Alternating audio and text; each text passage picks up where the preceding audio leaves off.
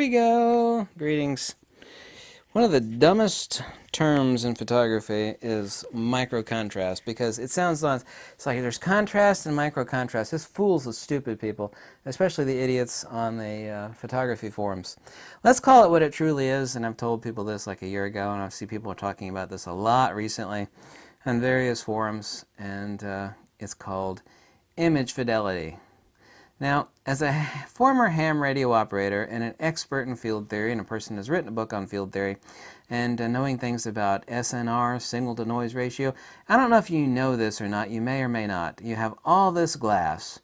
The image first arrives at the front element of the lens, and it passes through more glass and more glass and more glass. And then, interestingly enough, it passes through an IR hot filter, which itself is a filter, which cuts light. But it's cutting out the infrared light. But when it cuts infrared light, it's also cutting out. This is the reason why, by the way, boys and girls, true monochrome sensors like Phase 1 and Leica, when you see a true monochrome black and white image, they are crotch-melting, jaw-dropping, shut the hell up, amazing. You've seen a true monochrome, it's like, oh shit. Oh my God. You know the reason why?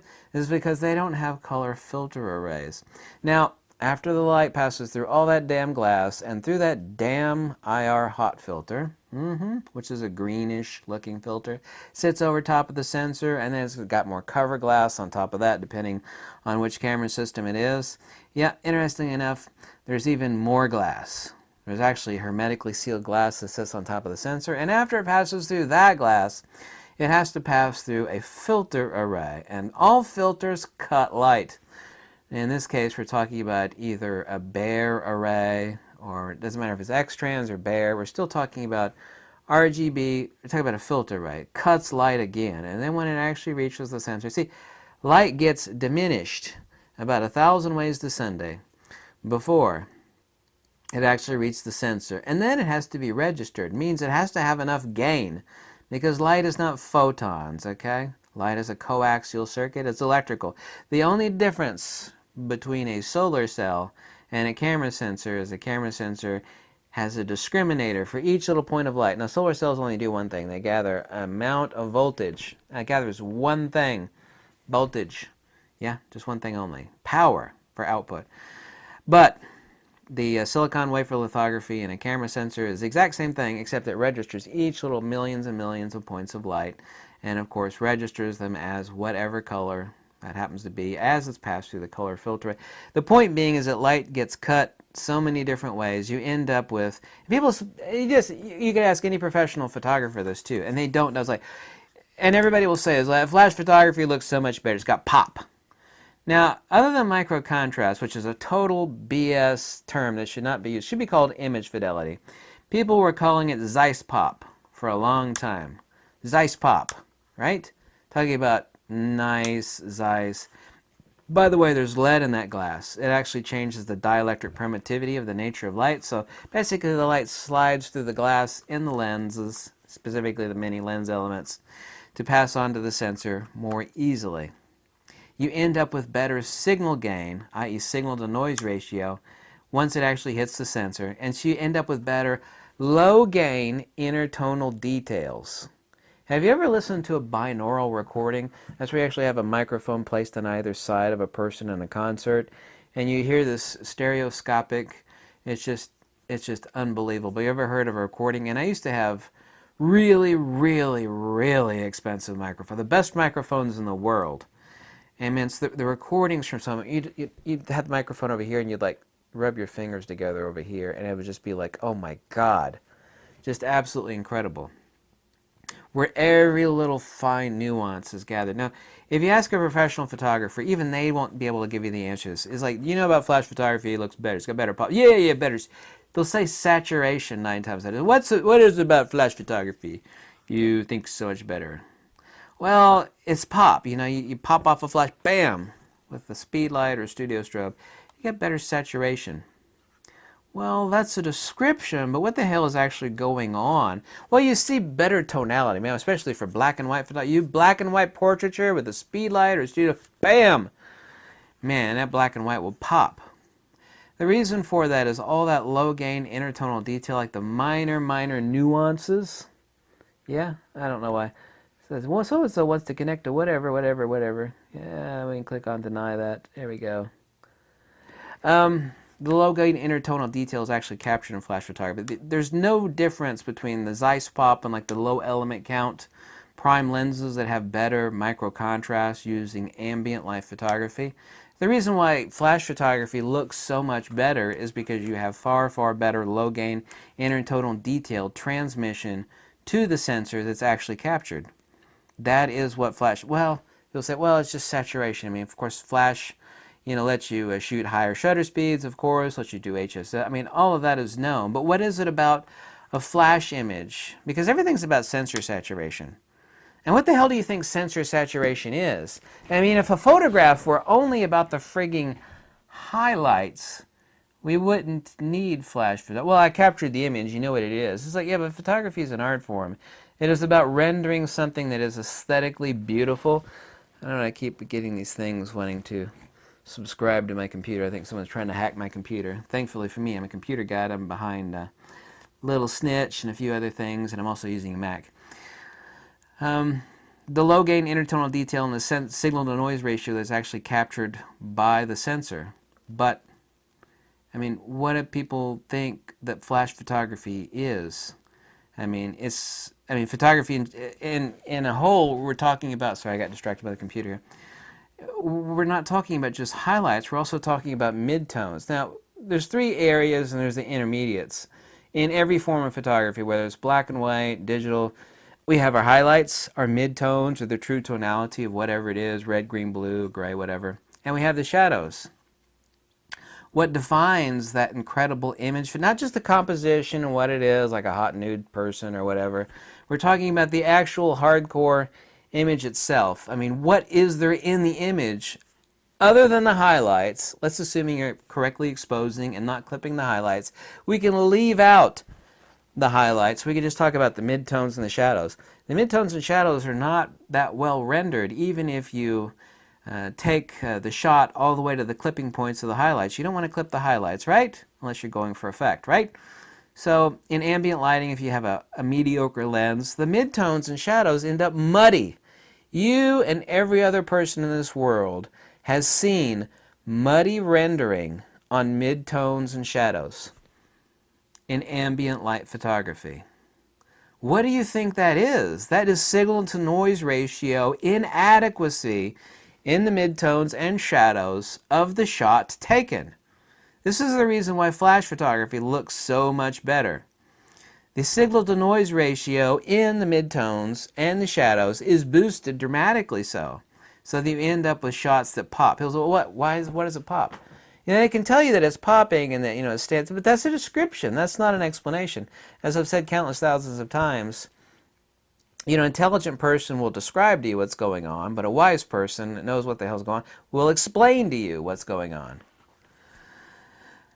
There are two methods to achieve that superior rendering, i.e. that superior signal to noise ratio in the midtones and shadows with ambient photography and with flash photography.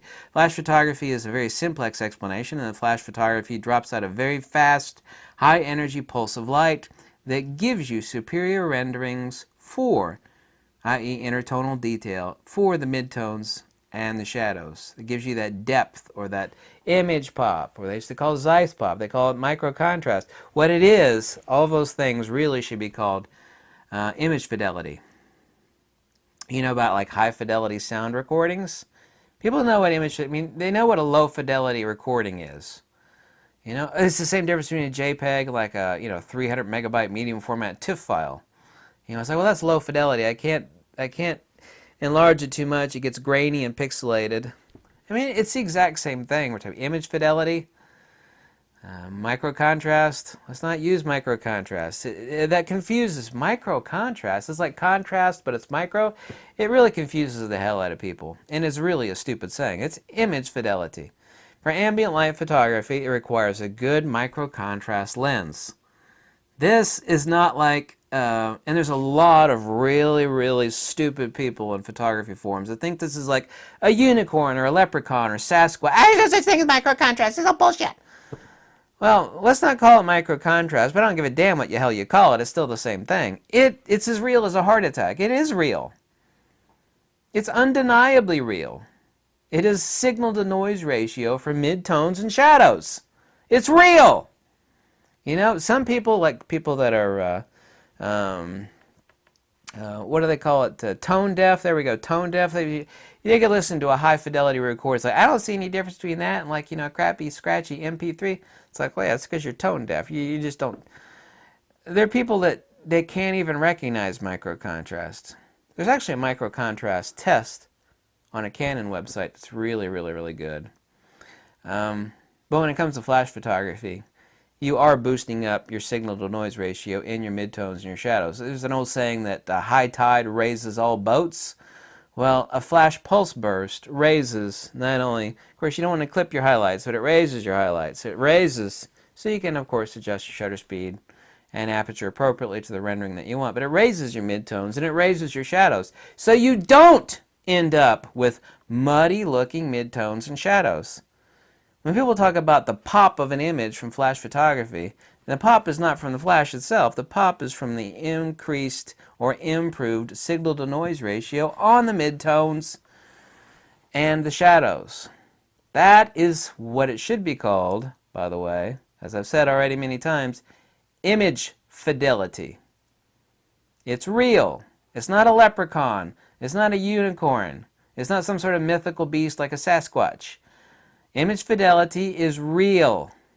It's simplex effing physics, by the way. There is a bazillion retards out there on these photography forums that think this is like some sort of invention of mine or somebody. I mean, the term, you know, the phrase Zeiss pop or image pop has been around long before I was born.